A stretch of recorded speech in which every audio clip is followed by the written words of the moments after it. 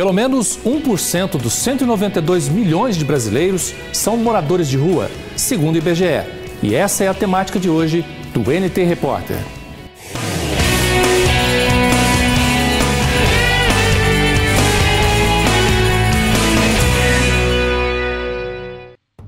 Olá! Eles somam quase 2 milhões de pessoas. Gente que mora nas ruas. Só em São Paulo, 14 mil pessoas não têm endereço. A maior dificuldade na reabilitação deles é o vício das drogas e bebidas que causam problemas familiares e financeiros.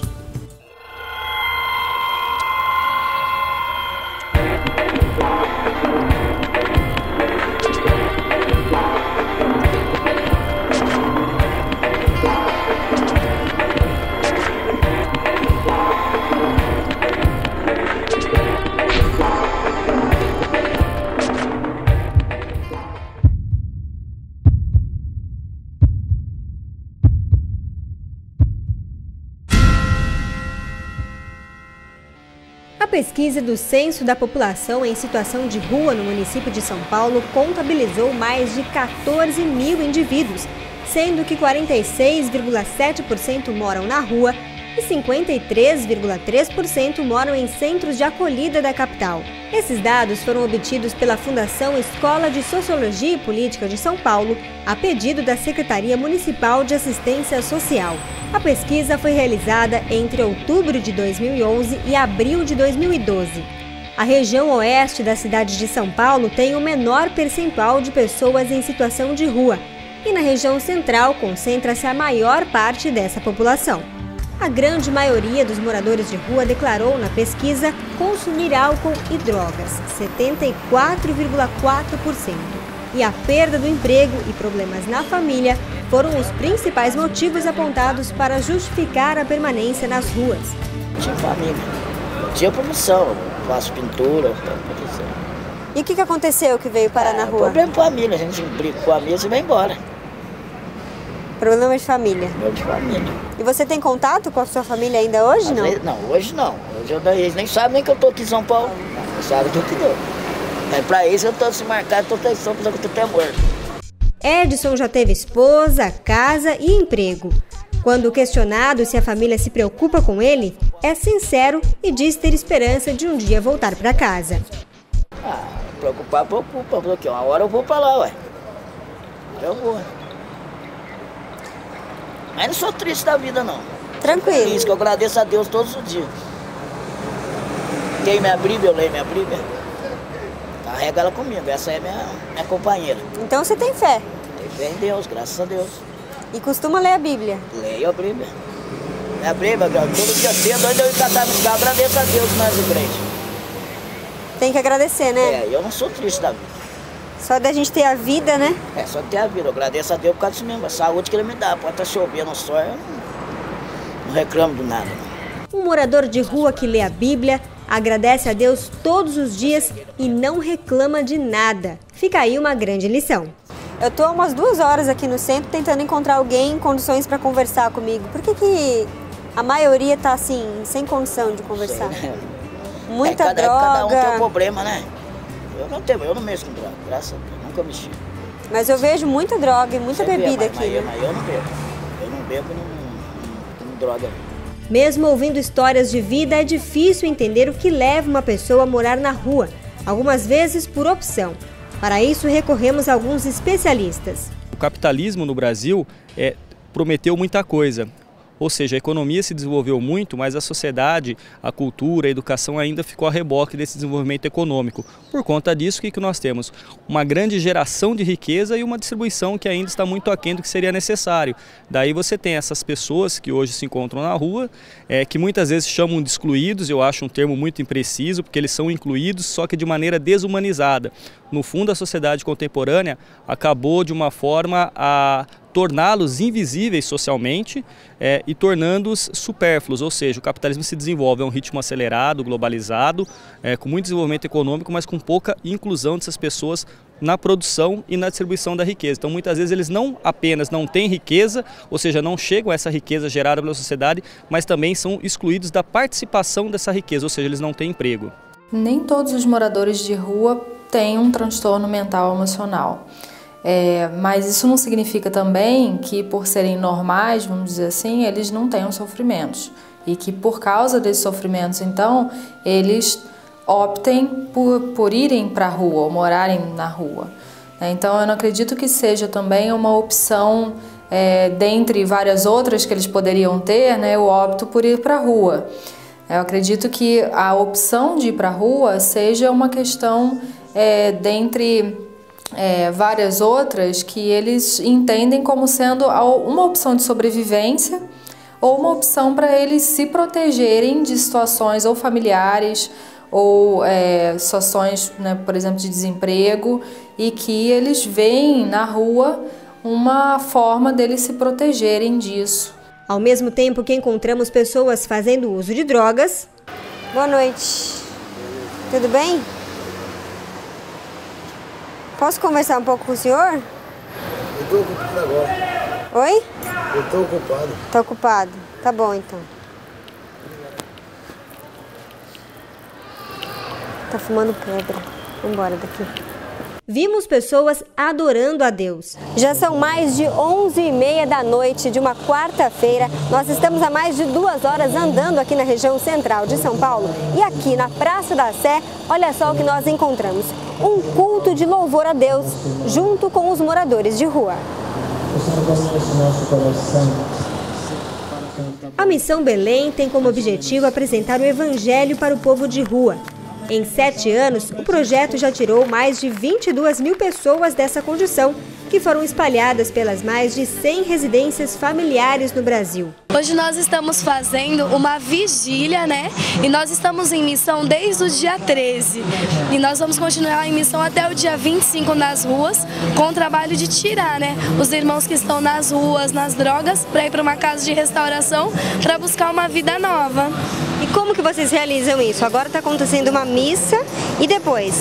Depois da missa a gente sai em procissão, cantando, até a Cracolândia, né? Passando nos pontos onde tem mais irmãos, para levá-los mesmo, né? Cantando até a casa de oração, né? Que fica na rua 25 de janeiro, que é uma casa triagem, onde ali eles vão descansar um pouco, tomar alguma coisa quente e amanhã eles partem para as casas. A missionária oferece aos moradores de rua o mesmo segredo que um dia mudou a sua vida, o relacionamento pessoal com Deus. Nada preencheu o vazio do meu coração. E quando eu comecei a caminhar com Deus, eu percebi que só fazendo a missão, só evangelizando e levando Jesus, né? Que foi aquilo que preencheu o meu coração, é o que me deixa feliz e é aquilo que ia deixar as outras pessoas também, né? Então foi isso que mudou a minha vida, né? A Missão Belém vem cumprindo o seu papel. Leônidas foi um morador de rua. Hoje é um missionário do projeto e ajuda outros a reconquistarem a dignidade da vida. Bom, minha infância foi uma infância pobre, né? E aí, a partir dos meus 17, 18 anos, acabou se perdendo por causa da droga, né? E aí, dali em diante, fui tendo uma vida meio que torta, desregrada, né? Fiquei 10 anos no vício do crack, tudo quanto é tipo de entorpecente, né? Menos o injetável, né? Por causa de problema com injeção, essas coisas. Mas aí, depois de 10 anos, saí das drogas, acabei caindo no alcoolismo, fiquei 7 anos no alcoolismo. Por causa disso, perdi um relacionamento de 12 anos que eu tinha, me separei da minha esposa em 2007, aí foi quando eu me vi chegando na beira do abismo mesmo, no fundo do poço, chegando a ficar embaixo de uma marquise, indo para o albergue, pensando que seria uma solução para mim o albergue, né, que eu poderia dormir lá à noite, durante a manhã, arrumar um trabalho e tentar me estabilizar, mas ali que foi que eu me afundei mais no alcoolismo, até quando eu conheci a Missão Belém, em março de 2009. E como é que foi esse contato? Foi aqui na Praça da Sé? Aonde que surgiu esse contato com a Missão Belém? Então, eu já estava bem deteriorado por causa do álcool, inchado tudo, mas na minha mente ainda eu via que havia uma possibilidade de eu conseguir um emprego, mas claro que ninguém me empregaria daquela situação que eu estava, né? Então, conversando com uma assistente social que cuida de pessoas de rua em Santo André, Casa Aberta, né, Casa Amarela, aí foi que ela me falou da Missão Belém. E aí eu perguntei se era católico tudo, e ela falou que era, então foi onde eu fui para lá e me identifiquei, né? Porque o que eu precisava mesmo na minha vida era colocar Deus na minha vida, né? A partir do momento que eu consegui esse encontro com Deus, ali foi que tudo foi começando a renovar na minha vida. Então foi esse encontro muito forte com Deus mesmo, através da oração, adoração todos os dias, que eu fui deixando o vício de lado e hoje, graças a Deus, eu me encontro bem. Em todo momento, a missionária Mirna refere-se aos moradores de rua como irmãos. E isso não fica apenas nas palavras, mas também nos atos. Numa noite fria de 7 graus em São Paulo, ela poderia estar com calçados mais quentes, mas não. Estava com chinelos simples de dedos de fora para não fazer distinção. E foi essa forma de agir que um dia abraçou o seu Ayrton, um microempresário do ramo de arquitetura que um dia perdeu tudo e mergulhou no alcoolismo. Me envolvi mesmo, aí foi ladeira abaixo. Era um tubo de 51 de manhã, um de velho barreiro à noite, 2 ou 3 corotes por dia, fora a minha via sacra que eu tomava um, outro.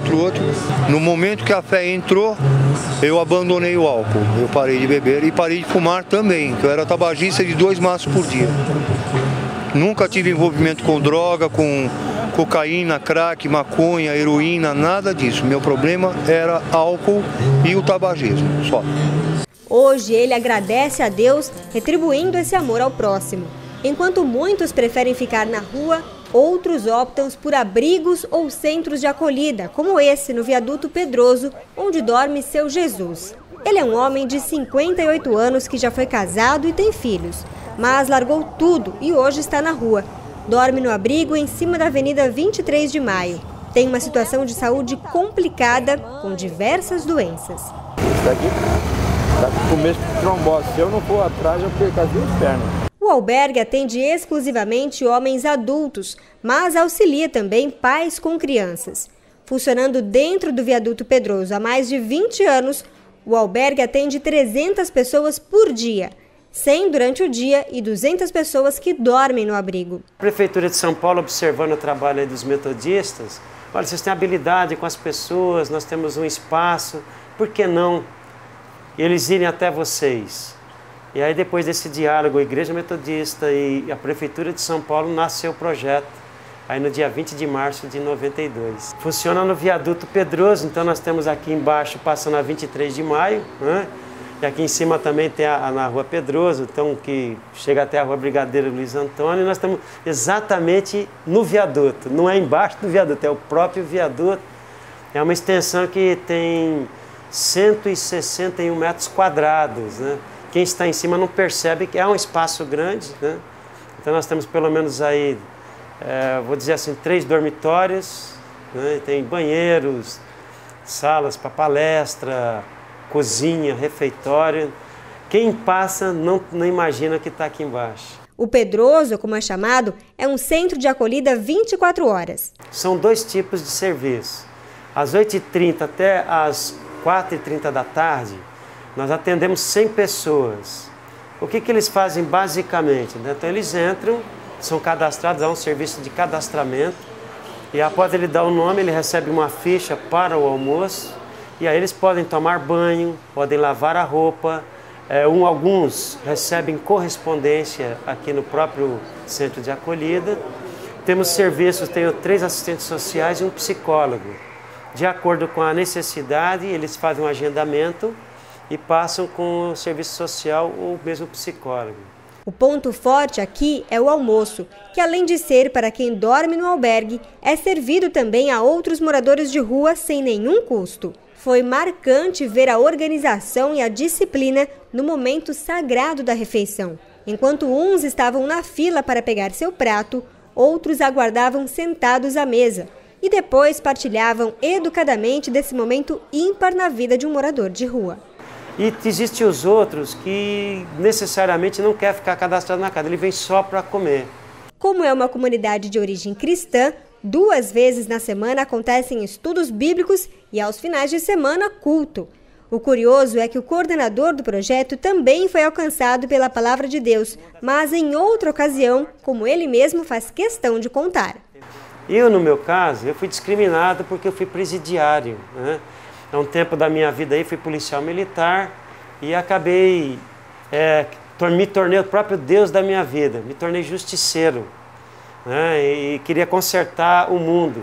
E fui parar no presídio militar Romão Gomes, fui condenado a 43 anos de prisão, e lá eu fiquei 7 anos em regime fechado e tive um encontro com Deus, tive um encontro com Jesus Cristo, que mudou a história da minha vida. Eu pude mudar o meu olhar e olhar com os olhos de Jesus. E Jesus ama todas as pessoas incondicionalmente, me tornei discípulo dele. Fiquei mais 7 anos e pouco preso, e aí foi quando eu saí, fui indultado pelo presidente, e saí, e voltei para a vida da sociedade. E fui convidado para vir para cá. E por que eu venho para cá? Porque alguém acreditou em mim, alguém estendeu a mão dentro do presídio, e hoje eu tenho essa oportunidade de estender a mão para essa população, dizendo, se eu mudei de vida, vocês podem mudar. E hoje acabo sendo até, inclusive, motivo de exemplo para eles, né? A palavra de Deus, nós entendemos aqui que a palavra de Deus ele é um manual de vida. Deus criou todas as coisas, criou a terra, céus e criou o ser humano. E esse manual tem todas as respostas para as dúvidas que as pessoas têm. E através desse manual, como eu, mudo também de vida. Esse é apenas um dos mais de 50 albergues cadastrados na Prefeitura de São Paulo. Os órgãos públicos procuram fazer sua parte, mesmo sabendo que não é suficiente para atender tantas pessoas nessa condição. A gente tem a procura espontânea, que a gente chama de espontânea. A pessoa busca a porta de um serviço de acolhimento, qualquer tipologia que exista, e procura o atendimento. Hoje, a busca na porta, aqueles que saem até buscar a porta, entre 1.000 e 1.500 pessoas. O albergue ele não é um serviço para ser aceito, ele é um serviço aberto, tá? Ele é de acesso universal para as pessoas que se encontram na condição de rua. Então, a pessoa que está em situação de rua, ela pode procurar um albergue da prefeitura em qualquer tipologia, isso que eu falei para você, um 16 horas, um 24 horas, um especial, ou um centro de convivência dia também, que ela vai ser acolhida. O que é ser acolhida? Vai ter uma escuta, vai ter uma conversa com um assistente social, um educador, e a partir daí vai ser encaminhado. Tá? Esse é o padrão de funcionamento, é o que se espera que esses serviços façam. Então nós não trabalhamos com mendigos, bêbados, a gente não usa esse tipo de... Não é esse o nosso olhar, não tem, até por conta da carga pejorativa que tem aí, não é. São pessoas, são cidadãos que precisam do atendimento. Então eles vão fazer uma leitura, eles podem procurar até um centro de referência da assistência social ou um centro especializado da assistência social e vai ser feita uma leitura. Aqui em São Paulo hoje a gente tem a tenda, que é um modelo de atendimento dia, né, onde a pessoa também pode estabelecer o vínculo, ela pode procurar estabelecer um vínculo com o educador, né? Então, assim, na verdade, ele não é aberto para qualquer um, mas para quem dele precisar, que se encontra nessa condição. E a gente tem aquelas pessoas que não buscam esse serviço. Aí a gente faz o trabalho de busca ativa e abordagem social, que são os agentes que vão até as ruas, oferecer o atendimento, estabelecer um vínculo, não só o albergue, tá? Porque o albergue ele não é a solução para a população em situação de rua. Ele é um atendimento para tirar da condição de rua. Primeira coisa, você não dorme mais na rua, vamos tentar tirar da rua e a partir daí estabelecer um plano para que essa pessoa saia dessa condição. Entre tantos moradores de rua que conversamos, muitos não autorizaram gravar entrevistas por diversos fatores. Dentre eles, o envolvimento com o tráfico de drogas, seja ele no presente ou no passado. Ao contrário do que muitos pensam, a solidariedade está bem presente no meio deles, seja entre os próprios moradores de rua ou pessoas de fora, também simples, que compartilham o pouco que têm. Eis aqui um gari da prefeitura que consegue algum alimento na feira, mas ao invés de levar tudo para sua casa, faz questão de compartilhar. O senhor está distribuindo laranja aí, pessoal? Sabe que eu trabalho nas feiras, né? E então ganhei também, então preciso compartilhar também com eles porque precisam mais que eu, né? Aí você compartilha um pouco? Eu que sim, porque algum dia eu posso precisar também deles. Atitudes como essa do gari de repartir o pouco que tem com os demais e de Mirna, a missionária que sai praticamente descalça para se aproximar do morador de rua, nos fazem refletir sobre o que nós estamos fazendo para o próximo. Estamos seguindo o exemplo de Jesus? No Evangelho de João, capítulo 13, verso 35, ele diz: se tiverem amor uns pelos outros, todos saberão que vocês são meus discípulos. Você vai conhecer agora um tratamento de saúde mental diferente que encontramos no ABC Paulista. Aqui no município de São Bernardo do Campo, no ABC Paulista, nós encontramos um trabalho muito interessante que é o consultório de rua. Eles ofertam assistência e cuidado à saúde. Vamos conhecer mais desse projeto e acompanhar uma abordagem aos moradores de rua. Davi é coordenador do projeto, que faz parte da Secretaria de Saúde do município. A equipe multidisciplinar dá assistência a dependentes de álcool e outras drogas em situação de rua. Não que a gente faça o curativo na rua, mas do ponto de vista da avaliação clínica, tanto do enfermeiro quanto do médico, né, fica mais direcionado o trabalho e a gente sabe o que fazer com aquele usuário. Então, se é o caso de levar esse usuário para uma unidade de saúde, para uma UPA, uma unidade de pronto atendimento, fica mais direcionado, né, o trabalho com o usuário, sem ter que fazer, de repente, um outro dia, marcar um outro dia, ou seja, passar por um processo ou apenas referenciar a rede. Então, o consultório, ele faz tanto o acolhimento, como o encaminhamento e o acompanhamento dessa pessoa com a rede, na rede. Sempre passa por aqui. A Patrícia, aqui tem o João César, que ficava tá com a gente lá. Ele está fazendo o tratamento para dependência química, né? Não. Que a gente oferta também, mas isso vai da pessoa querer, Eu simplesmente, muita coisa que eu quero é só cuidar desses dentes daqui, só. Os dentes? É porque estragou, é porque não presta. Sim. Não faz parte. E você quer que a gente encaminhe para você fazer esse tratamento do dente aí? Quer? A gente encaminha você agora. Não, o tratamento não precisa ser agora. Eu quero arrancar tudo. Não, os dentes. Os dentes. Quero. Você quer? Isso aí. Faz um encaminhamento para ele aí. A equipe aborda os moradores de rua e encaminha as pessoas ao atendimento de saúde da rede pública em diversas esferas. Se há uma necessidade de emergência naquele momento, que não precise, assim, que não corre um risco de vida, então nós fazemos nós mesmos, encaminhamos essa pessoa, acompanhamos ela até uma unidade de pronto atendimento, né? E depois ofertamos um albergue, se ela quiser, se ela não quiser, ela volta para onde ela estava. Agora, quando é emergência e é sério, por exemplo, um morador de rua, ou uma pessoa em situação de rua sofreu um acidente grave, tem fratura exposta, assim, então nós fazemos a requisição de um carro do SAMU que presta esse tipo de atendimento para questão grave. Então, a abordagem é na saúde como um todo, não necessariamente só em relação ao uso de álcool e outras drogas. Isso, com os moradores de rua, sim. O mesmo tratamento, a gente nunca oferta na hora o tratamento. Primeiro a gente tenta conquistar a pessoa, ganhar a confiança dela. Cerca de 780 mil habitantes moram em São Bernardo do Campo. Desde a década de 50, o município tem sua economia baseada na indústria automobilística, com a presença de grandes montadoras como Volkswagen, Ford e Mercedes. Mas nem por isso há ausência de pessoas desempregadas e algumas delas em situação de rua. Desde 2010, o projeto Consultório de Rua vem tentando mudar esse quadro, principalmente oferecendo tratamentos para dependentes de álcool e outras drogas, e tem feito sucesso. Olha, em 2011 passaram um total de 312 pessoas e agora em 2012 até maio já passaram 181 pessoas que a gente encontrou na rua. Dessas, muitas são usuárias de álcool e drogas? Uma parte sim, a grande maioria, né? De acordo com a receptividade do morador de rua, é ofertado pela equipe um kit composto por chocolate ou mel, água de coco, protetor labial e preservativos. Tudo pensando numa melhor qualidade de vida da população. Água é um isotônico, né? A pessoa que faz uso, por exemplo, de pedra, por exemplo, né, que é o crack, né, ou mesmo da cocaína, ou álcool, né? Isso daqui repõe de alguma maneira, né, o que ele está precisando. O chocolate é um energético. O protetor labial, ele elimina a possibilidade de fissurações que a pessoa tem no canto do nariz, no canto da boca, e é isso que vetoriza a infecção, ou entra, né, é porta de entrada das doenças. Então a gente aconselha que ele faça o uso do protetor labial, principalmente também porque a pipa, o cachimbinho, esquenta aquele metal, né? Como é feito a partir de cano, eles são criativos, eles fazem pipa de todas as maneiras que você possa imaginar. E isso acaba queimando.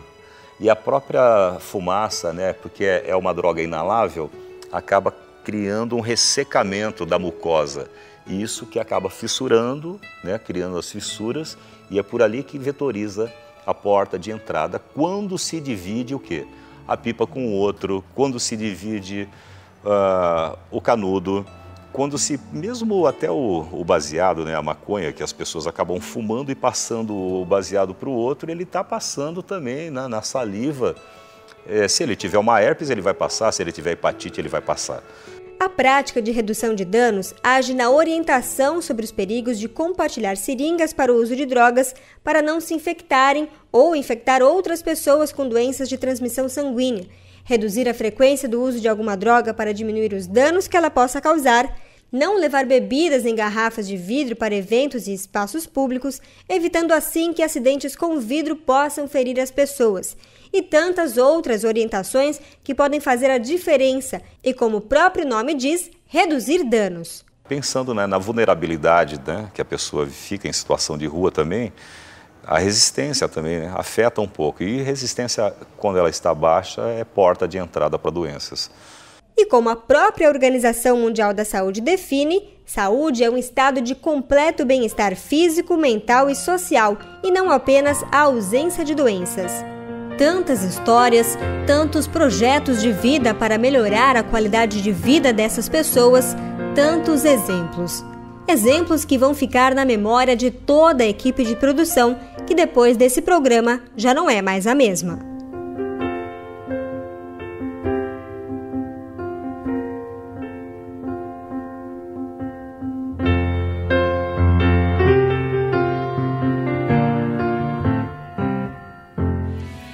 Tá aí, grande lição lidar com um universo tão diferente. Se você quer rever esse e outros programas, acesse o nosso blog novotempo.com/NTRepórter. Obrigado pela sua companhia, fique com Deus e até o nosso próximo encontro. Tchau!